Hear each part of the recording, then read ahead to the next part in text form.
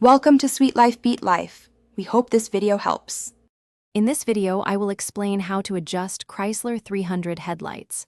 First, park your vehicle on a flat surface, about 25 feet from a wall. Make sure your tire pressure is accurate and the fuel tank is at least half full. You'll need a Phillips head screwdriver and a measuring tape for this task. This preparation ensures an accurate and effective adjustment process for your headlights.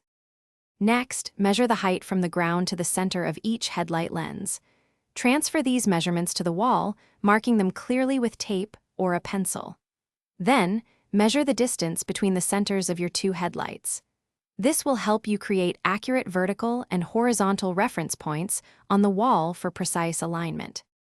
Now, open the hood of your Chrysler 300 to access the headlight assemblies. You'll need to find the adjustment screws for both vertical and horizontal alignment.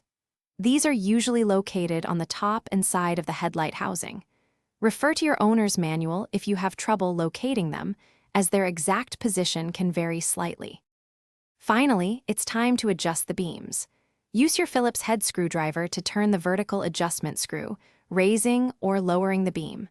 Then, use the horizontal screw to move the beam left or right.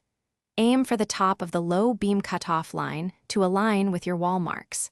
Make small adjustments and recheck your aim until both headlights are correctly positioned. Thanks for watching. Consider subscribing if we helped you.